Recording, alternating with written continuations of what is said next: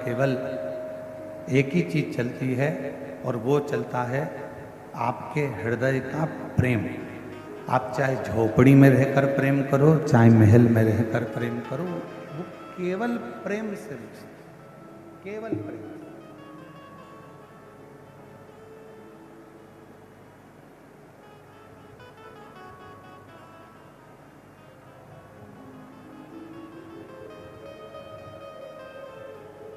अब यदि सच्चा प्रेम है तो शबरी अम्बा के लिए मेरे राम जी महाराज, किसी ने बड़ा सुंदर कहा कि राम जी रावण को मारने के लिए राम जी वन में गए थे।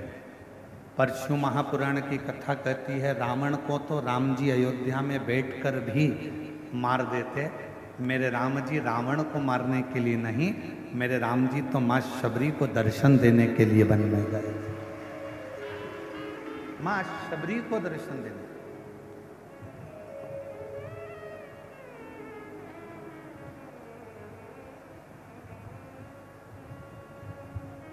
और जिसके हृदय में एक भक्ति का बल होता है, जिसके हृदय में शिव भक्ति समाहित होती है, जिसके हृदय में शंकर भगवान की एक अविरल भक्ति विराजमान होती है, उसके लिए भगवान को उसके दरवाजे तक आना ही पड़ता है।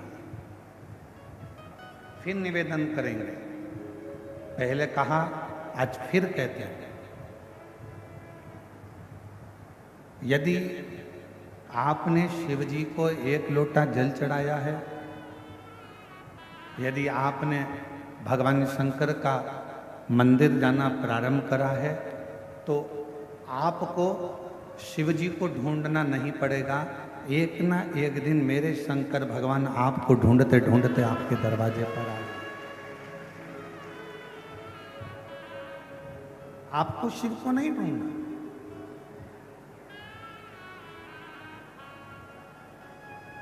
हमारे छत्तीसगढ़ शासन के माननीय मुख्यमंत्री जी की धर्म पत्नी जी के लिए मैं कहूँगा, श्रीमती कौशल्या देवी साहे जी के लिए, जब भी छत्तीसगढ़ में कहीं कथा होती है, दीदी मैं आपके लिए हमेशा यही नहीं, महाराष्ट्र कथा होती है तो वहाँ भी कहता हूँ, मध्य प्रदेश में हो, चाहे हरियाणा में हो, चाहे पंजाब में हो, चाहे कहीं पर भी कथा हो, मैं ये बात हमेशा कहता हूँ इस व्यासपीठ से कि कहीं पर भी कथा हो छत्तीसगढ़ में, और जरूरी नहीं कि केवल कथा का विशाल रूप होगा, बड़ी कथा होगी तो ही पहुँचेंगे।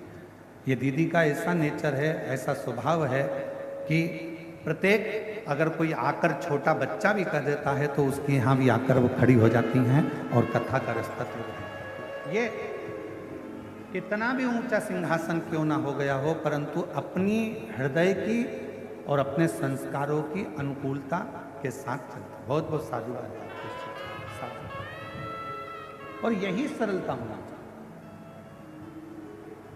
जैसे मेरे भिलाई की बेटियां, मेरे भिलाई की जीजियां, मेरे भिलाई के जीजा हों, मेरी भिलाई की माताएं, मेरे भिलाई के पुरुष, ये जितने पंडाल में बैठे हुए हैं, आप कथा के पंडाल में, हमें मालूम है कई लोगों ने 5 कथा सुनी होगी, किसी ने 7 कथा सुनी होगी, किसी ने 10 कथा सुनी होगी, किसी ने 8 कथा सुनी होगी, किसी ने 3 कथा सुनी होगी, पर इतना विश्वास जरूर इस व्यासपीठ के माध्यम से सावन की या सोमवारी है, इस विश्वास के साथ कहता हूं कि जितने लोग दिल से कथा को सुनते हैं, अगली बार फिर जब कथा होगी तो आपकी झोली फिर खुशियों से भरी होगी। ये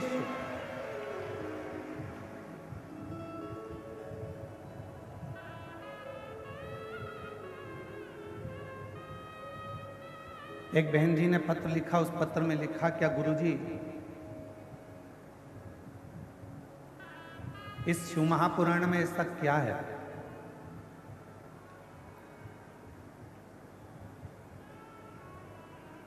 कि दुनिया का व्यक्ति केवल शिव पुराण की कथा में जाकर बैठता है, पंडाल के अंदर, पंडाल के बाहर, टीवी के सामने, मोबाइल के सामने अगर बैठता है और कथा का रसतत्व यदि वो ग्रहण करता,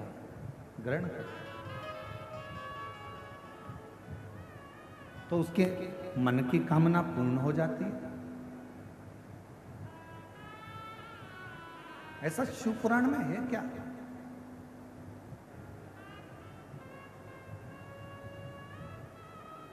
और ये प्रश्न केवल आपका नहीं है, ये प्रश्न स्वयं चंचुला देवी ने भी तुमरुका जी से किया।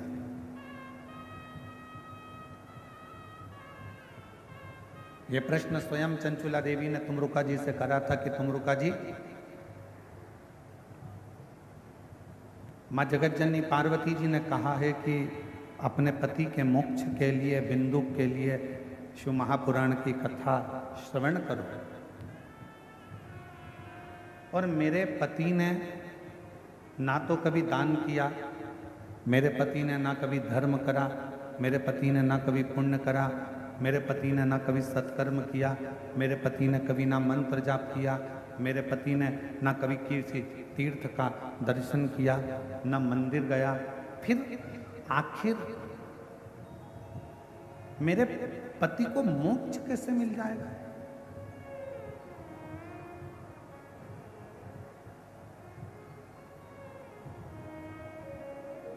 आज हम सुबह जब लिंग पुराण की कथा पढ़ रहे थे तो उसमें एक बड़ी सुंदर बात मिली, और हो सकता है कि वो अब यहाँ कथा से जाने के बाद हम प्रयास करेंगे कि लिंग पुराण की पुस्तक को खोलकर, पुराण को खोलकर एक एक लाइन पर अपनी उंगली चलाते हुए उस बात को आपको भी पढ़ने के लिए हमारे सोशल मीडिया से, हमारे यूट्यूब, फेसबुक पर हम उसको डलवाएंगे। आप पढ़ना, और हम प्रयास करेंगे कि आज ही वो जो हमने पढ़ा है लिंग पुराण में कि किसी ने गलत भोजन कर लिया, किसी ने गलत कर्म कर लिया, किसी ने गलत कार्य कर लिया, गलत भोजन कर लिया, गलत विचार आ गए, गलत सोच आ गई, गलत दृष्टि आ गई, गलत भाव प्रकट हो गया।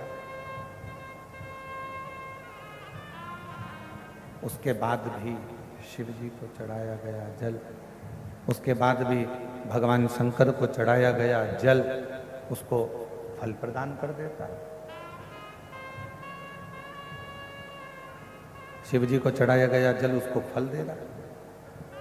आज यहाँ से जाने के बाद उस लिंग पुराण का वो चरित्र, लिंग पुराण का वो चरित्र आपको श्रवण करेंगे, पढ़ेंगे। आप भी पढ़ना, हम भी पढ़ेंगे साथ, और हम उसको यूट्यूब पे डालेंगे। आप उसको पढ़ना आज सोमवारी के दिन। आज सावन महीने का विराम का सोमवार है। आज के दिन लिंग पुराण का वो चरित्र आप भी पढ़ेंगे कि कितना सुंदर वर्णन किया।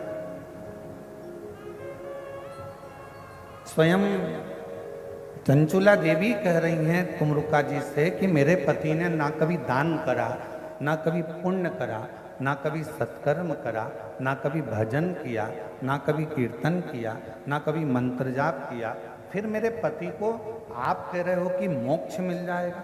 ऐसे कैसे मिल जाएगा?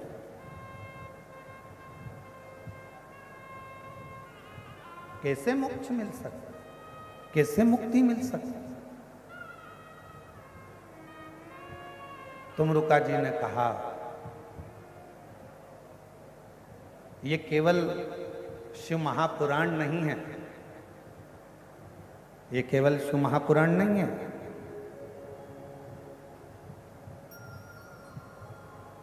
तुमरुका जी कह रहे हैं चंचुला देवी ये केवल शिव महापुराण की कथा नहीं है।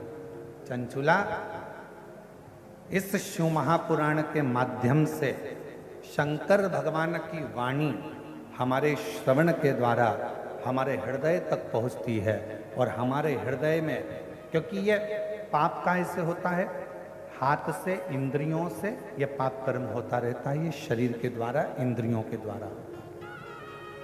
और इस इंद्रियों को शुद्ध कौन कर सकता? तो कहा ये आत्मा कर सकता। अब इंद्रियों को शुद्ध जब आत्मा कर सकती है, इंद्रियों को शुद्ध आत्मा कर सकती है, तो सबसे पहले शिव महापुराण की कथा करती क्या है? कथा जब हमारे कानों में से प्रवेश करती है और हमारे हृदय तक पहुंचती है, तो सबसे पहले शिव पुराण हमारे भीतर के जितने पाप होते हैं उन सबको समाप्त कर देती है और पुण्य की ओर आगे बढ़ जाती है। आज के जमाने में फ्रिज उधार मिल सकता है, बोलो जम के मिलेगा कि नहीं मिलेगा? प्रेशर खोलो, प्रेशर अंदर बाहर दोनों साइड का, अंदर का भी खोलिए बाहर का भी खोलिए। आज के ज़माने में फ्रिज उधार मिल सकता है, आज के ज़माने में अलमारी उधार मिल सकती है, आज के ज़माने में गोल्ड भी, बोलो बोलो जम के, उधार मिल सकता है। आज के ज़माने में मकान भी उधार मिल सकता है, आज के ज़माने में गाड़ी भी उधार मिल सकती है, आज के ज़माने में कपड़े भी, बोलो जम के, उधार मिल सकते हैं, आज के ज़माने में किराने का सामान भी उधार मिल सकता है, आज के ज़माने में सब्जी भी उधार मिल सकती है, आज के ज़माने में दूध की थैली हो, चाहे तुम्हारे डेंटिंग पेंटिंग का सामान हो, वो भी उधार मिल सकता है। पर आज के ज़माने में पुण्य कभी उधार नहीं मिलता, पुण्य हमें कमाना ही पड़ेगा। पुण्य उधार नहीं मिलेगा, पुण्य को तो तुम्हें कमाना ही पड़ेगा। और कोई तुमसे करे कि कोई का पुण्य, लोग कहते हैं हमारा पुण्य हमारे पति को लग जाए, पति का पुण्य पत्नी को लग जाए, बेटे का पुण्य बाप को लग जाए, बाप का पुण्य बेटे को लग जाए। ना ना ना ना, शिव महापुराण की कथा कहती है अपने कर्म का अपने को भोगना है, अपने को छींक आई है अपने को छींकना है, अपने को खांसी आई है अपने को खांसना है, अपने को अगर पेट दुखा है तो दवाई भी अपने को खाना है, पड़ोसी को नहीं। उसी तरह अपना पुण्य अपनों को एकाग्रित करना है, कोई दूसरा एकाग्रित नहीं करे। इसलिए फिर निवेदन, हिम्मत बुरे कर्म कर बंदे वरना पछताएगा, भगवान की आंखों से तू बच नहीं पाएगा, तू बच नहीं पाएगा। अरे ओ अज्ञानी मत करना, अरे ओ अज्ञानी मत करना, तेरे कर्म का फल भी तू ही पाएगा, जैसा किया तूने तेरे आगे आएगा।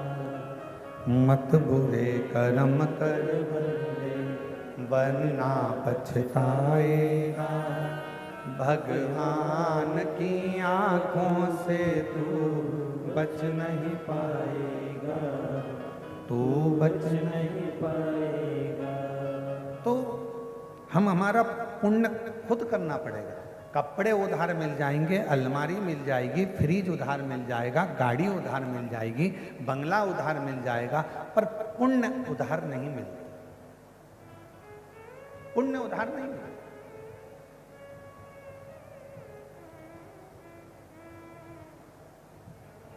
तो माता जी ने लिखा अपने पत्र में कि शिव पुराण में ऐसा क्या है जो दुनिया के लोगों का काम हो रहा है कथा सुनने से? शिव को एक लोटा जल चढ़ाने से लोगों का काम हो रहा है, कथा सुनने से लोगों का काम हो रहा है। आखिर शिव महापुराण में ऐसा है क्या? मेरा बहन जी से निवेदन है, शिव पुराण सबसे पहला काम करती है अंदर के, श्रवण करते ही भीतर के पापों को धो दे। अच्छा, एक प्रश्न करें, आपसे उत्तर दीजिएगा। ए मेरी भिलाई की जीजियों और जीजाओं, बेटियों बेटाओं, सब उत्तर दें। कथा सुनने के लिए जब हम जाते हैं, अब ये पंडाल तो बहुत बड़े बड़े हैं और आप लोग आए भी बहुत सारे हो। कलम को वो बता रहे थे पुलिस अधीक्षक आदि कि गुरुजी इतना शिव भक्त कथा सुनने के लिए आया है कि ये 5 पंडाल जैसे भरे पड़े हैं ना, इसमें के 15 पंडाल और लगा दिए जाएं और बाहर की पब्लिक को उसमें कर दिया जाए तो भी पंडाल भरे की भरे ही रहे। इतना भर।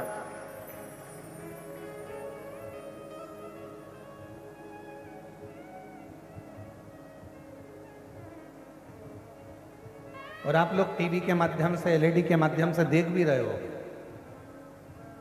कल पुलिस के अधिकारी बंदूक कह रहे थे कि जितनी पब्लिक बाहर है, जितने 5 पंडाल जो भरे हैं, ऐसे 15 पंडाल और लगा दिए जाएं तो उसमें भी भक्त ऐसे ही भरा है। इतनी भगवान शंकर की इतनी बड़ी, तो क्या है शिव भक्ति। जैसे अब इतने बड़े पंडाल में तो चप्पल पहनकर भी आप लोग आ जाते हो, चप्पल भी साथ में रख लेते हो, पर दूसरी जगह कहीं कथा सुनने जाते हो छोटे से पंडाल में या अन्य मंदिर के अंदर, तो चप्पल मंदिर के अंदर ले जाते हो क्या? नहीं ले जाते ना, बाहर। कथा सुनने के समय चप्पल कहाँ रख देते हो? बाहर। तो जैसे शिव महापुराण की कथा कर रही है कि हमारी चप्पल जैसे बाहर रह जाती है, उसी तरह जब हम शिव महापुराण की कथा को श्रवण करने के लिए जाते हैं, बैठते हैं, तो हमारे भीतर का जो पाप है वो एक क्षण में निकल कर बाहर हो जाता है और पुण्य अंदर समाहित होता है।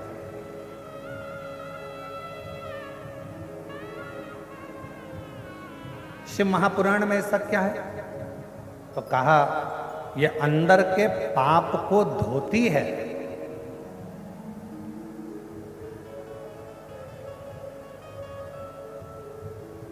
अंदर के पाप को समाप्त करती है और फिर पुण्य को प्रकट करती है।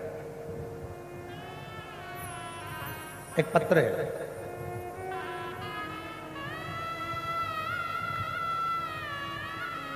मेरा नाम पिया जाना, मैं भिलाई के बापू नगर खुर्सी पार में रहती हूँ। कहीं बैठी हो आप ही हैं? एक बार वापिस हाथ हिला दो। आ जाइए, एक बेलपत्र ले जाना। आ जाओ।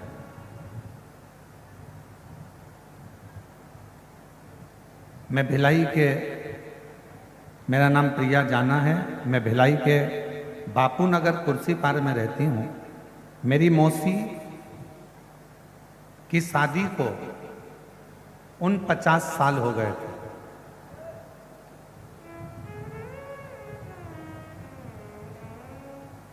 और 49 साल तक उनके घर में संतान नहीं हुई। अब 50 साल जिसकी शादी को हो गए हो, उसके घर में संतान होगी? अरे जम के तो बोलो जरा, आवाज नहीं आई उधर वालों। होगी? हमारे मौसी को 49 साल हो गए थे, उनके यहाँ बच्चा नहीं था और 49 साल में बच्चा नहीं हुआ। मेरी मौसी को सभी जगह के डॉक्टरों ने मना कर दिया था कि बच्चा नहीं होगा। गुरुजी, मैंने मेरी मौसी से कहा, पंडित प्रदीप मिश्रा सीहोर वाले बोलते हैं आंकड़े के जड़ का कमर में बांधकर पशुपति नाथ का व्रत करो।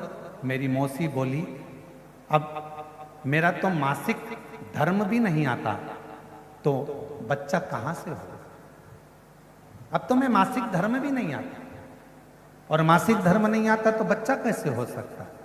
मैंने अपनी मौसी से कहा, मौसी, वो सीहोर वाले महाराज जी कहते हैं अगर विश्वास पक्का है ना और शिव महापुराण की कथा कहीं पर भी बैठकर सुनोगे ना, बाबा देगा जरूर।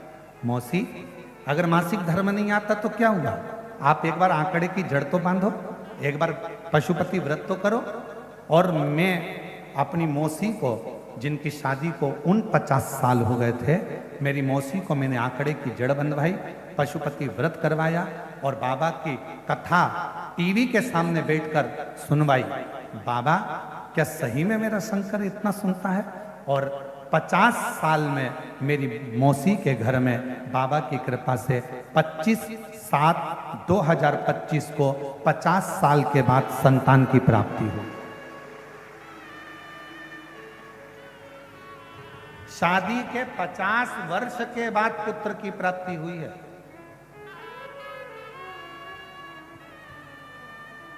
अब ये लाइन आप भी बोलिएगा, तेरी कृपा का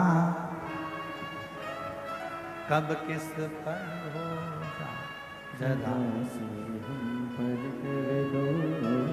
जरा से हम पर कर दो, तेरी कृपा का क्या है भरोसा, कब किस पर हो जरा से हम पर कर दो, जरा से हम पर कर दो, जिस पर भी हो गई तेरी। इनकी मौसी के घर में बच्चा हुआ है। एक बार जोरदार ताली बजाकर स्वागत करिए साधु का।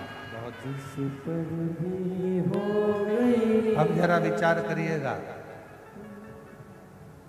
शायद मेरी बहनें जितनी बैठी हैं, मेरी जीजियां जितनी बैठी हैं, मेरे जीजा जितने बैठे हैं, आप लोगों के भीतर इस बात का आश्चर्य होता होगा, क्या 50 साल शादी के होने के बाद क्या औलाद हो सकती? क्या होगी?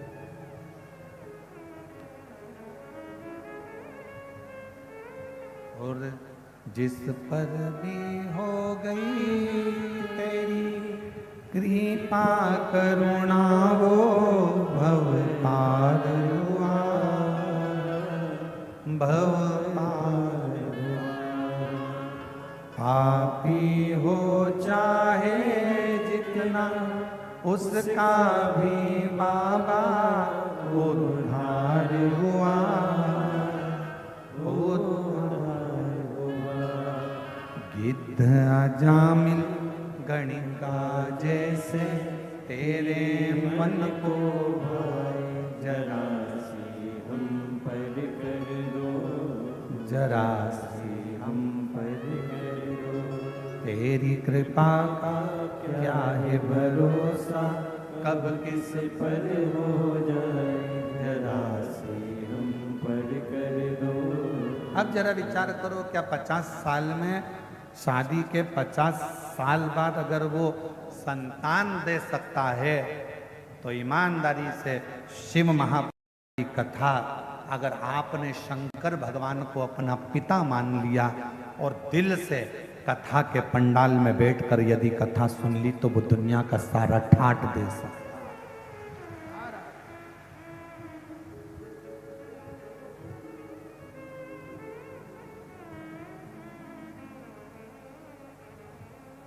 ऐसा दुनिया का कौन सा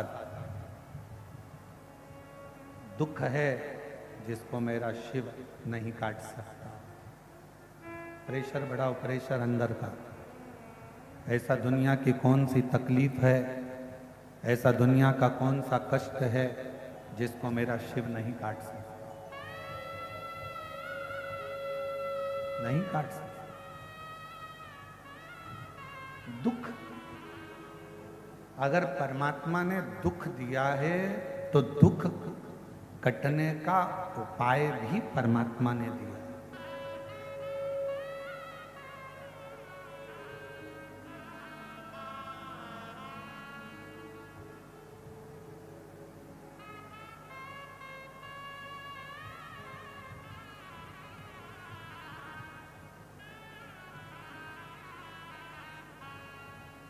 अगर भगवान ने थोड़ा सा कष्ट दिया है तो उसको काटने का उपाय भी दिया। दशरथ जी के घर में जब संतान नहीं हुई, गुरु जी के पास में गए और गुरु जी के पास में जाकर उन्होंने निवेदन करा, विनय करी, प्रार्थना करी, कोई उपाय बताओ, मेरे घर में औलाद हो जाए, संतान हो जाए। अब दुनिया के लोग कहते हैं सियोर वाला महाराज केवल उपाय उपाय बताता रहता है शिव पुराण में। केवल सियोर वाला महाराज नहीं,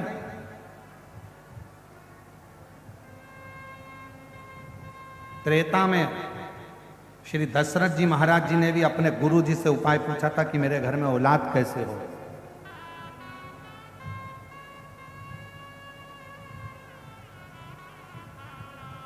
भगवान कृष्ण ने द्वापर में पूछा था अपने गुरु जी से कि मेरे घर में औलाद कैसे होगी।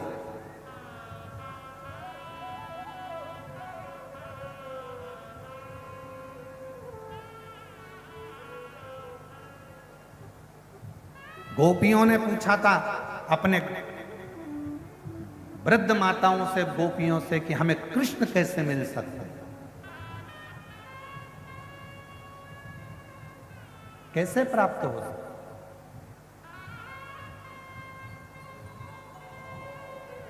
शिव महापुराण की रचना वेद व्यास जी से किसी ने पूछा कि आपने शिव पुराण की रचना करी क्यों है, किस लिए करी है।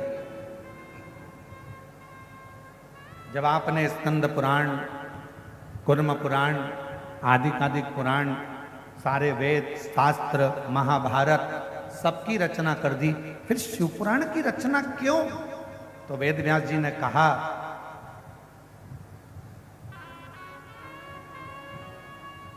रामचरितमानस मनुष्य को जीना सिखाती है, श्रीमद् भागवत मृत्यु कैसा होना चाहिए ये श्रीमद् भागवत बताती है, और शिव महापुराण की कथा अपने मनुष्य देह में दुख कैसे समाप्त होता है ये शिव महापुराण की कथा बताती है। अपने दुखों को कैसे मिटाया जाए, अपने कष्टों को कैसे समाप्त किया जाए, अपने जीवन में जो तकलीफ आई है हम कहाँ जाकर कहें, किससे कहें। अगर दुनिया के आगे जाकर कहेंगे लोग हंसेंगे कि ये तो जगह जगह पहले तो जाती पड़ती थी अब रोती पड़ती। दुनिया के सामने बोलेंगे लोग हंसेंगे, हम किससे कहें। तो शिव महापुराण की कथा में वेद व्यास जी सारे काली मिर्च कैसे चढ़ाना है, काली तिल कैसे चढ़ाना है, धतूरा कैसे चढ़ाना है, बेलपत्र कैसे चढ़ाना है, कैसा नियम धारण करना है, क्या करना है। हम डॉक्टर के पास जाते हैं तो डॉक्टर भी दवाई लिखता है तो ये बता देता है ये दवाई सुबह खाना, ये शाम को खाना, ये भोजन के पहले खाना, ये भोजन के बाद खाना, इससे ये सुबह मॉर्निंग में जल्दी खा लेना, डॉक्टर भी बताता है। उसी तरह शिव महापुराण में वेद व्यास जी ने सारी बातें एक एक लिख दी कि शंकर को बेलपत्र कैसे चढ़ाना, शिव की आराधना कैसे करना। और थोड़ा बहुत अगर शिव महापुराण से अगर हटकर देखें तो लिंग पुराण में भी वर्णन आया, कुर्म पुराण में भी वर्णन आया। ऐसी कोई पुराण नहीं जिस पुराण में भगवान शंकर के चरित्र का, भगवान शिव की पूजन का, भगवान शंकर के अनुमोदन का, भगवान शिव के भजन का वर्णन नहीं आया।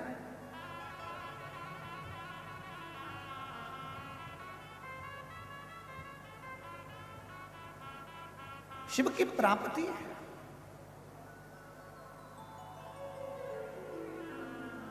और महादेव नमन चरणों में, सोमवार ये सब बोलो, महादेव नमन चरणों में स्वीकार कीजिए, सबका किया है मेरा भी उद्धार कीजिए, उद्धार कीजिए। हे त्रिपुंडधारी, है त्रिशूलधारी, है त्रिपुंडधारी, है त्रिशूलधारी। चरणों में तेरे बाबा जी पावन है चारों धाम, चरणों में तेरे बाबा जी पावन है चारों धाम। तेरी देव करते वंदना, पूजे सीताराम।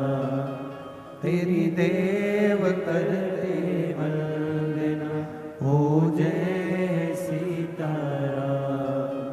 हो जाए पूरी कामना, हो जाए पूरी कामना। उपकार कीजिए, सबका किया है मेरा भी उद्धार कीजिए, उद्धार कीजिए। है त्रिपुंडधारी, है त्रिशूलधारी, है त्रिपुंडधारी, भगवान शिव की कथा करिए। शिव महापुराण में वो शक्ति है, शिव महापुराण में वो बल है, शिव महापुराण में वो आनंद है जो हमको एक बल प्रदान करता है।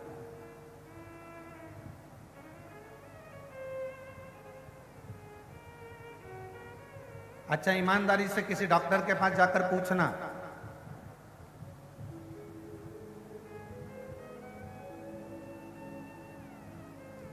खाने से बीमारी होती है क्या? डॉक्टर से जाकर पूछना पहले अच्छे से,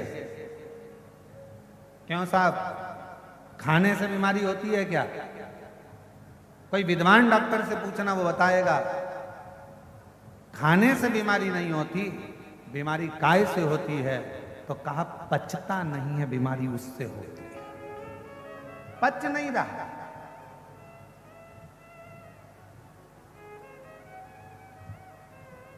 खाने से कभी बीमारी नहीं आती, अंदर जो भोजन गया है वो पचना चाहिए, पचता नहीं है, इसलिए बीमारी पकड़ती रहती है।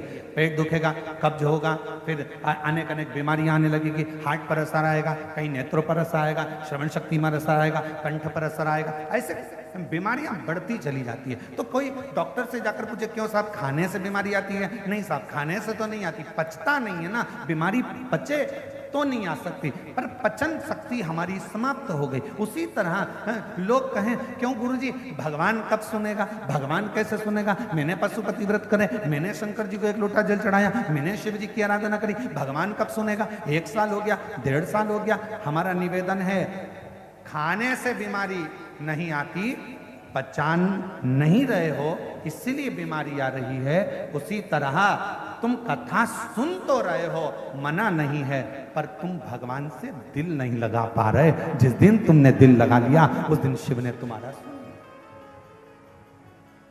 जब ये 50 साल की शादी के 50 साल बाद जब भगवान औलाद दे सकता है, शादी के जब 50 साल बाद भगवान पुत्र दे सकता है, तो जरा विचार करिए कि शिव शिव मतलब आप मन नहीं लगा पाए, तन तो लगा लिया, शरीर तो लगा लिया, पहुंच भी गए कथा में। और हम पहले भी कथा में आप लोगों से कहें, आज फिर कहते हैं, भीड़ बढ़ाने के लिए कभी कथा में मत जाओ, भीड़ बढ़ाने के लिए कथा में मत जाओ। हम फिर निवेदन करेंगे, भाव बढ़ाने के लिए, मन को जोड़ने के लिए, शिव को पाने के लिए शिव महापुराण की कथा में जाओ। भीड़ बढ़ाने से क्या मतलब? तुम्हारी जितनी जितनी भीड़ बढ़ती चली जा रही है, सोच सोच कर आश्चर्य हो रहा है। हर कथा में ऐसे ऐसे पंडाल, अब यहाँ तो देखो तो ये दया सिंह जी ने 5-5 पंडाल लगवा दिए।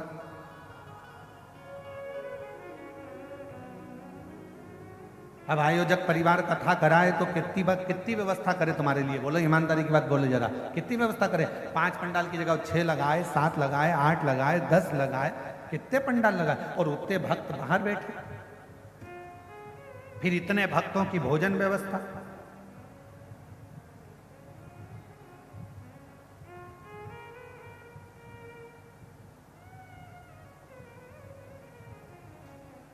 कल हमने पूछा था कि कितने लोगों का भोजन चल रहा है, तो जो कल आए थे वो रात्रि को मिलने के लिए, वो बता रहे थे लगभग 1.5 से 2 लाख लोग सुबह से लेकर शाम तक में भोजन कर रहे हैं। इतना भोजन भंडारा चल रहा है, इतना भोजन भंडारा,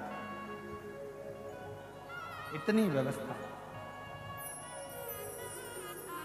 अब जरा विचार करिए, अब हम कहें कि इतनी व्यवस्था करना, दया सिंह जी बहुत बहुत साधुवाद आपका, ये सुंदर व्यवस्था के लिए साधु। कितनी व्यवस्था, अब इतने भक्तों की बैठने की व्यवस्था, जलपान की व्यवस्था, भोजन की व्यवस्था, फिर इन लोगों के लिए अनेक अनेक व्यवस्थाएं, और साथ में मैं संपूर्ण यहाँ के छत्तीसगढ़ शासन को और छत्तीसगढ़ के इस भिलाई नगर के यहाँ के IG, DIG, commissioner, collector, SP, SSP, और टीआई और आदि जितना चिकित्सा विभाग है, विद्युत विभाग है, पीडब्ल्यूडी विभाग है, यहाँ का वन विभाग है, और यहाँ के जितने बड़े बड़े आला अधिकारी हैं, यहाँ के तहसीलदार हों, पटवारी हों, यहाँ के जितने जितने बड़े बड़े अधिकारी हैं, मैं सबको धन्यवाद देता हूँ। आपकी मेहनत आज इस कथा को छठे दिन तक लेकर आई, ये आपकी मेहनत। और यहाँ के प्रशासन को और यहाँ के चाहे विधायक महोदय हों, सांसद महोदय हों, यहाँ के मंत्री महोदय हों और यहाँ के मुख्यमंत्री महोदय श्री विष्णुदेव सहाय जी हों, मैं सबको साधुवाद देता हूँ कि आपके क्षेत्र में इतना दिव्य और भव्य आयोजन हो रहा है। ये शिव की ही कृपा है, शंकर की करुणा है, शिव की।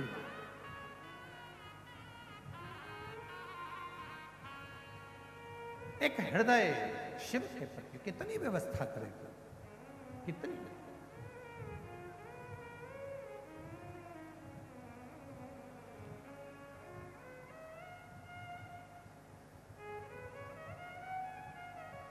कई लोगों को तो सूचना मिलती है दीदी, तो कई लोगों को सूचना मिलती है कि इतना भीड़ आता है क्या, आश्चर्य होता है।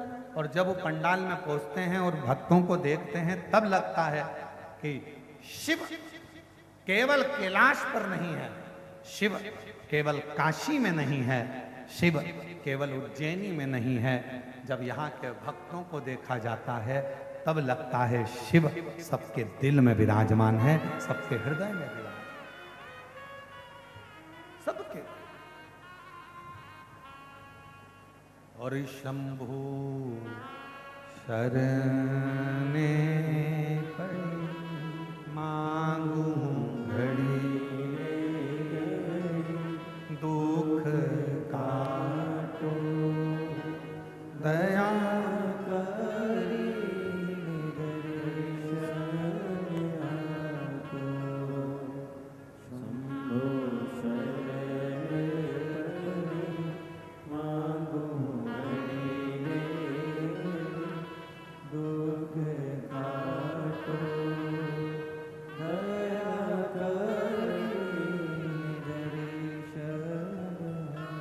हमारे बीच में श्री राम गोपाल जी गर्ग जी आईपीएस सपत्नी पुलिस महानिरीक्षक दुर्ग रेंज आईजी से यहाँ पधारे हैं। मैं आमंत्रित करता हूँ कि आप आकर व्यासपीठ का पूजन करें। एक बार जोरदार ताली बजाकर उनका साधुवाद। जो इतने बड़े औहदे पद पर होने के बाद भी अपने संस्कारों में समावेशित हैं, आनंदित हैं, और वही आनंद के साथ इस व्यासपीठ का पूजन भाव के साथ में करने के लिए पधार रहे हैं। एक बार जोरदार ताली बजाकर उनका साधुवाद। शंभु शरणे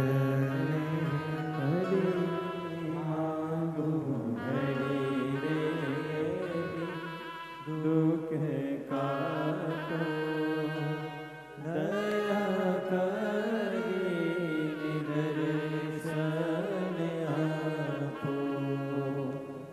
शंभु शरणे पड़ी मांगू घड़ी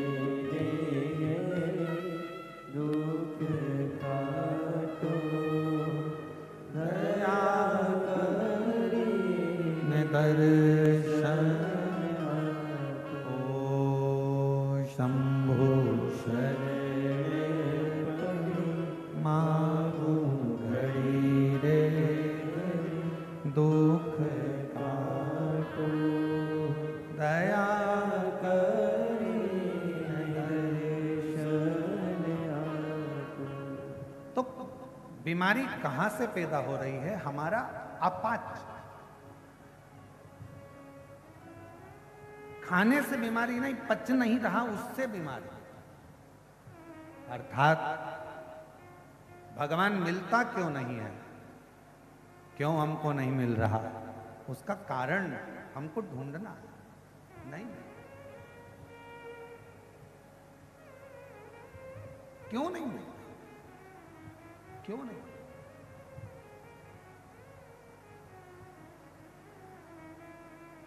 शिव कथा कह रही है, भगवान शंकर का चरित्र कह रहा है, तुमरुका जी का चरित्र कह रहा है। और तुमरुका जी स्वयं चंचुला देवी से कहते हैं, चंचुला शिव पर विश्वास, शिव पर भरोसा और शिव पर दृढ़ता, यह हमें सुख प्रदान करे। जाओ देवाधिदेव महादेव के दरवाजे तक, शिव महापुराण की कथा तक यदि आप पहुंचोगे, शंकर भगवान के द्वार तक यदि आप पहुंचोगे, शिवालय तक यदि आप पहुंचोगे, भगवान शंकर की अविरल भक्ति को यदि धारण करोगे, तो एक ना एक दिन शिव भी आपके दरवाजे तक आपका दुख मिटाने के लिए जरूर जरूर।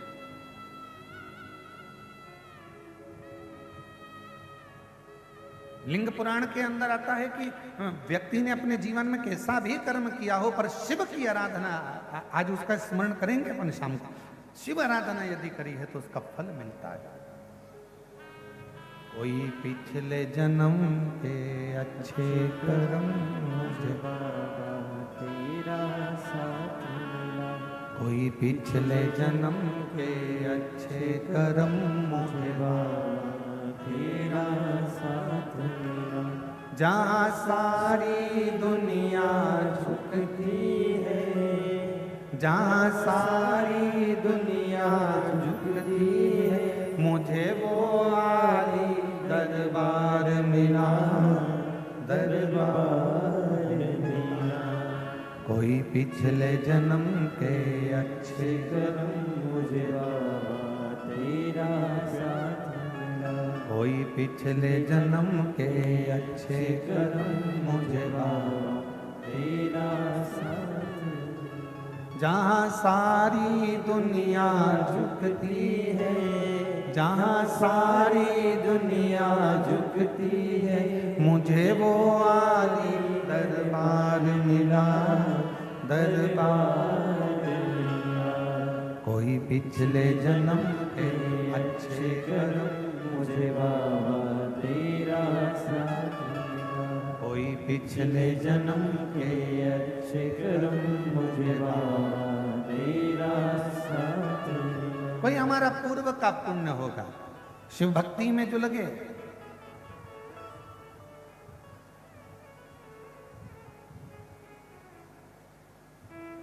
शिव आराधना में जो लगे,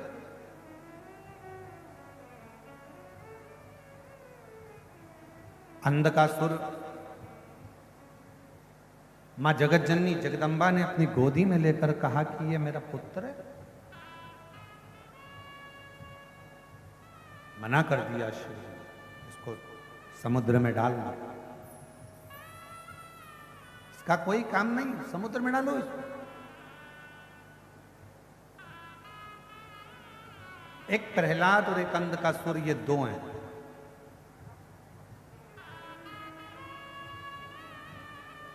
हिरण्याक्ष का पुत्र है अंधकासुर। जब मां जगत जननी जगदम्बा ने अपना भाव रखकर, अपना प्रेम रखकर, अपना स्नेह रखकर उस बालक को अपना मान लिया, पुत्र के स्वरूप मान लिया, और उसको बाद में समुद्र में डाल दिया, शिव जी के कहने, शंकर जी के, और समुद्र में डाला, और वह बालक समुद्र के अंदर हिरण्याक्ष के पास में आ गया। हिरण्याक्ष ने उसको पाल पोस कर बड़ा करा, बरहा उतार हुआ, हिरण्याक्ष के प्राण गए, अंधकासुर की सत्ता स्थापित हो गई। और अंधकासुर जब अपनी सत्ता में आकर विराजमान हुए, अंधकासुर जब विराजमान हो गए, उन्होंने तप कर कर भगवान ब्रह्मा जी से वर प्राप्त किया।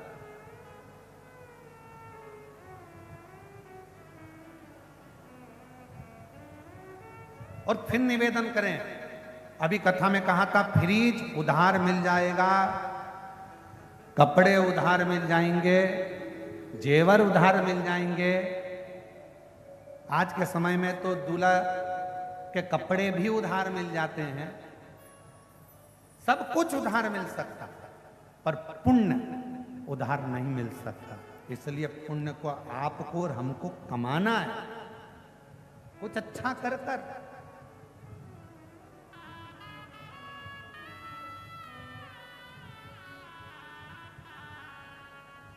कुछ अच्छा कर्म कर कर।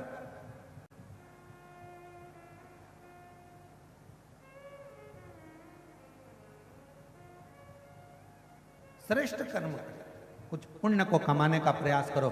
शिव महापुराण की कथा कहती है पुण्य कमाने का स्थान बताया गया है। कहाँ स्थान? तो कहा पुण्य कमाने का स्थान है आपके पास में धन नहीं है, पैसा नहीं है, वैभव नहीं है, आपके पास में अगर धन नहीं है और कहीं पर अगर कोई अच्छा काम हो रहा है तो उसमें ऐसा करना, अपने हाथ को थोड़ा सा आगे बढ़ाकर उस अच्छा करने वाले का साथ देना प्रारंभ करना, पुण्य आपके खाते में आना प्रारंभ हो जाए।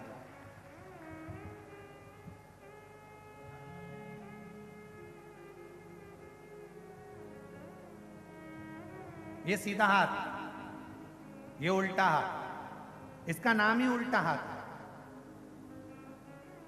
Left hand. इसका हाथ ही, इसका नाम ही उल्टा है।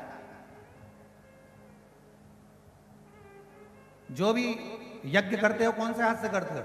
जम के बोलो जरा, आवाज नहीं आ रही है, जम के बोलो। सीधे हाथ से।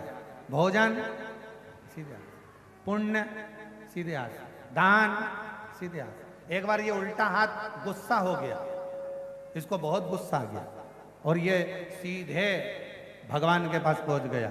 भगवान से जाकर कहा भोलेनाथ जी, भोलेनाथ जी, भोलेनाथ जी। शंकर जी ने पूछा क्या हो गया? कहा मुझे पैदा ही काहे को करा है?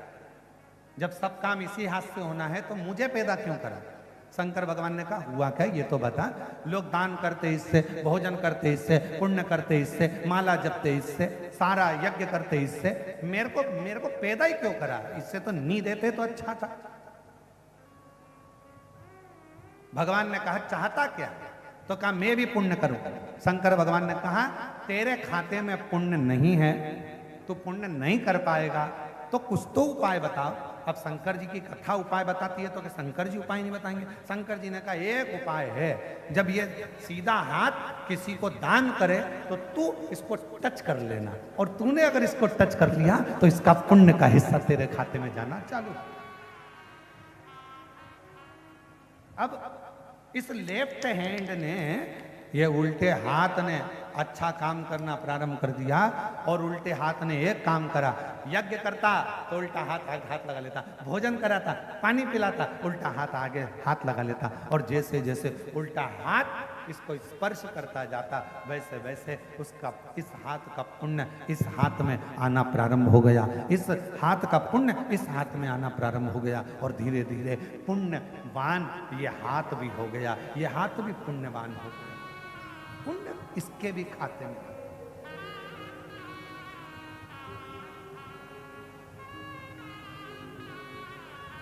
और महादेव नमन चरणों में स्वीकार कीजिए, सबका किया है मेरा भी उद्धार कीजिए, उद्धार कीजिए। हे त्रिपुंडधारी, हे त्रिशूलधारी। ब्रह्मा जी वचन दीजिए, ब्रह्मा जी वर दीजिए। ब्रह्मा जी ने वर दिया, क्या चाहिए? अंधकासुर कहता मैं मरूं ना। शिव जी, भगवान ब्रह्मा जी ने कहा ऐसा तो हो ही नहीं सकता कि मरेगा नहीं,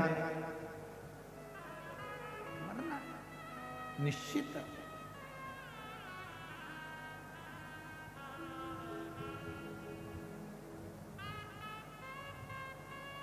बीमार पड़े हो कहीं मत जाओ, बीमारी में सबसे पहले डॉक्टर के पास जाओ।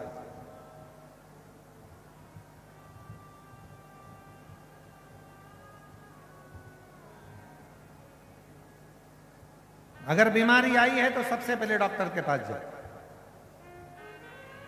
तकलीफ है, सबसे पहले पेट में दर्द है, शरीर में कष्ट है तो डॉक्टर के पास, उससे जाकर दवाइयां दे। शिव जी का नाम लो, विश्वास अपने भीतर पक्का करो। और कौन से महादेव का नाम? कुंदकेश्वर महादेव का नाम लो, दवाई खाना। एक पत्र है, अच्छा है, देखिए।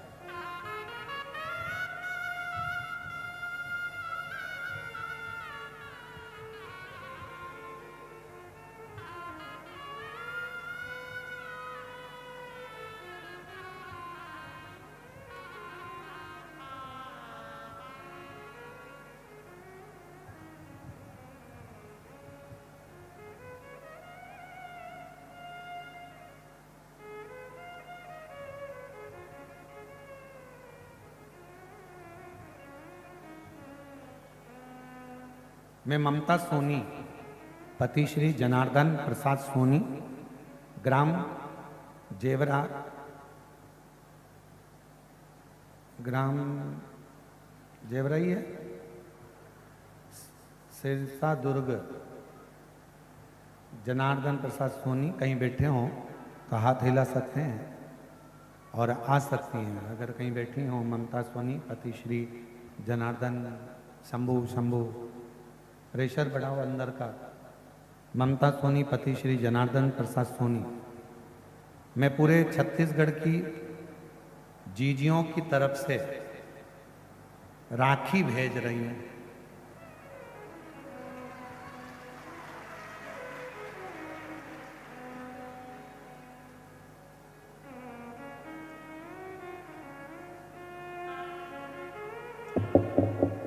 मिल गई, प्राप्त हो गई, शिव जी को चढ़ा भी दी। ठीक है, पूरे छत्तीसगढ़ वालों की ओर से चढ़ाई।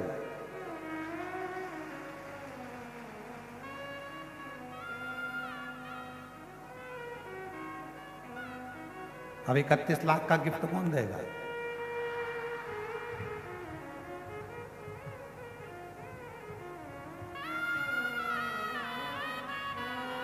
शिव पुराण कर रही है, भगवान शंकर की कथा कर रही है। पूरे छत्तीसगढ़ की जीजियों की तरफ से राखी भेज रही हूं भैया, स्वीकार करना। बहुत बहुत धन्यवाद। मेरी छत्तीसगढ़ की जीजियों को प्रणाम करता हूं, नमन। आपके कहने पर यहाँ की जीजियों और जीजाओं को सुनकर, हमारे भैया जी की पुकार से आज मेरे बाबा की ऐसी कृपा हुई है। 10 सालों से लीवर की तकलीफ थी और खाना पचता नहीं था, रातों में नींद नहीं आती थी, बहुत परेशान थी। तब कुबरेश्वर धाम गई, वहाँ से रुद्राक्ष लेकर उसे रात में भिगोकर शिव में चढ़ाकर रोज जल ग्रहण करती हूँ। आज बाबा की कृपा से जया, विषहरा, शामली बारी, दौतली, देव का नाम लेकर जल को पीती हूँ, सोती हूँ। शिव जी की कृपा से अब मेरा लीवर का समस्या पूरी समाप्त हो गई। मैं शिव जी को यहाँ प्रणाम करने के लिए, कहीं बैठी हूँ तो आ सकती। एक पत्र और बड़ा सुंदर,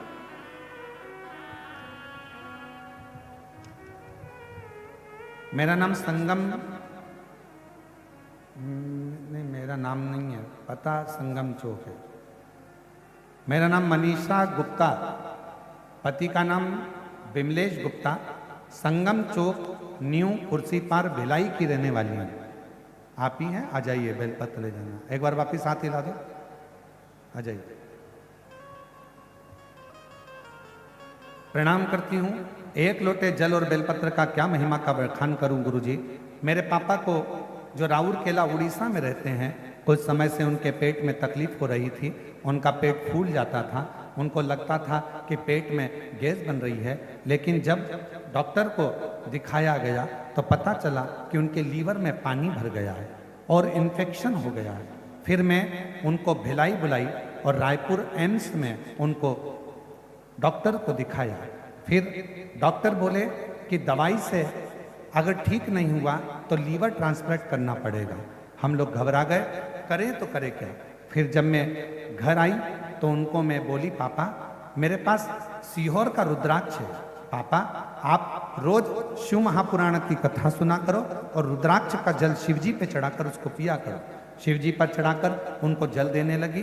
फिर मेरे पापा को शिवलिंग का जल देती पीने के लिए और 2 महीने के बाद फिर वापिस हमने टेस्ट कराया।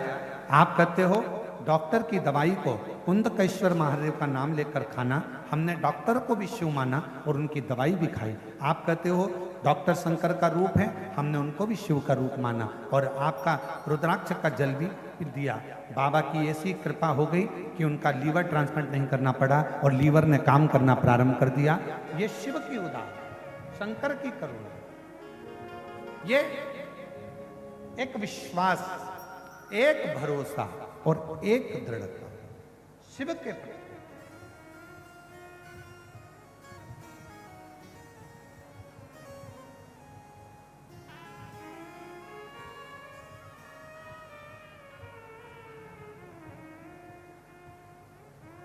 मेरे बाबा दया करना, मैं तेरे भरोसे हूँ। मेरे बाबा दया करना,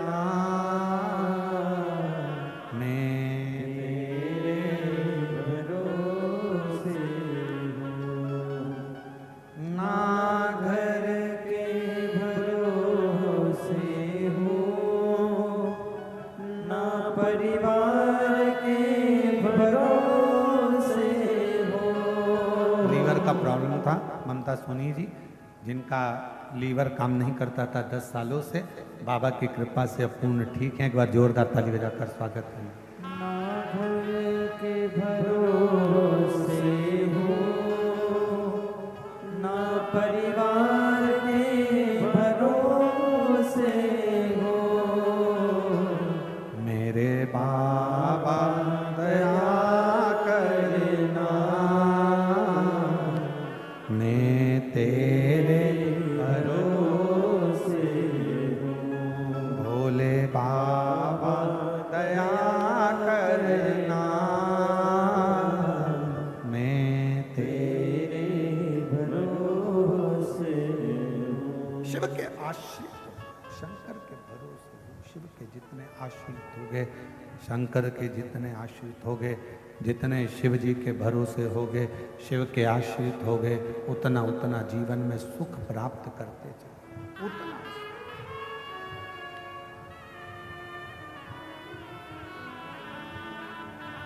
शंभु शंभु है, शंकर शंकर है, ओगड़दानी ओगड़दानी है, त्रिकालदर्शी त्रिकालदर्शी। अंधकासुर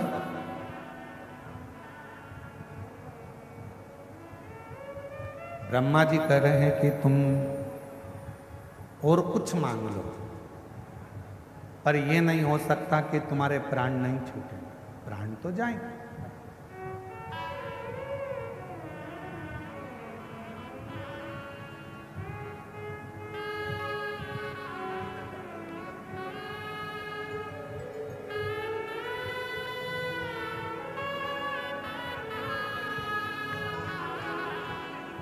देखिए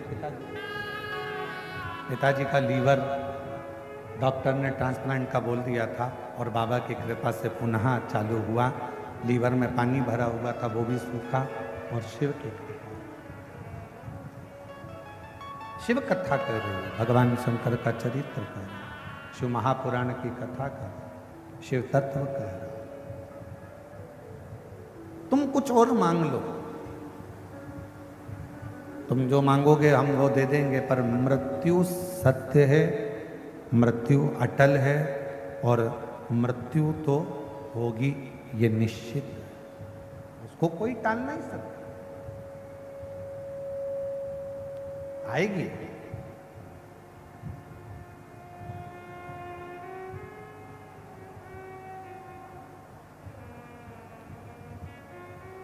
सात ताले के अंदर बंद भी हो जाओगे तो भी मृत्यु आएगी। इसका प्रमाण श्रीमद् भागवत जी में है।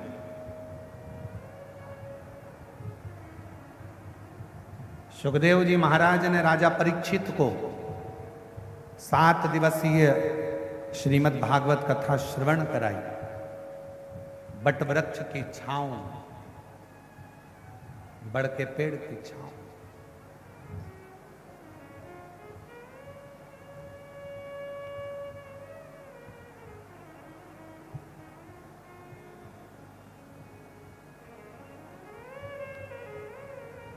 राजा परीक्षित से श्री सुखदेव जी महाराज ने कहा, राजन कथा भले सुनो, मना नहीं है, पर तुम सोचो कि मैं कथा सुन लूंगा तो मरूंगा नहीं, कथा सुनने के बाद मेरे प्राण नहीं जाएंगे, या कथा सुन लूंगा तो मेरी मृत्यु नहीं होगी, ये सब होगा।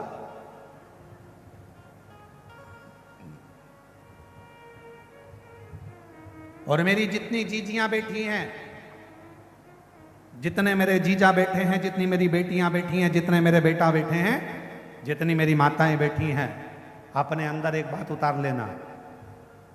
कोई तुमसे कहे कि तुम्हारे ऊपर दुख नहीं आने दूंगा, समझ लेना पक्का झूठ बोल रहा, पक्का झूठ बोल रहा है। मनुष्य का शरीर अगर भगवान ने दिया है तो जन्म के समय से ही हमारे ललाट पर दुख, तकलीफें, कष्ट हमारे साथ में जन्म लेती हैं, और हम जब तक जिंदा रहते हैं तब तक दुख का सामना हमको करना ही पड़ता है। भगवान राम जी को भी अगर इस पृथ्वी पर जन्म लेना पड़ा, भगवान कृष्ण भी अगर इस मृत्यु लोक में आए हैं तो उनको भी दुख का सामना करना पड़ा, उनको भी कष्ट का सामना करना पड़ा है, उनको भी तकलीफों का सामना करना पड़ा। मेरी जीजियों, कोई ये मत सोचना कि हमें दुख नहीं आएगा, हमने शिव महापुराण की कथा सुनी है। दुख आएगा, तकलीफ आएगी, क्योंकि ये माँ के गर्भ से जब हम जन्म लेते हैं तो हमारे पूर्व का कर्म हमारे साथ चलता है।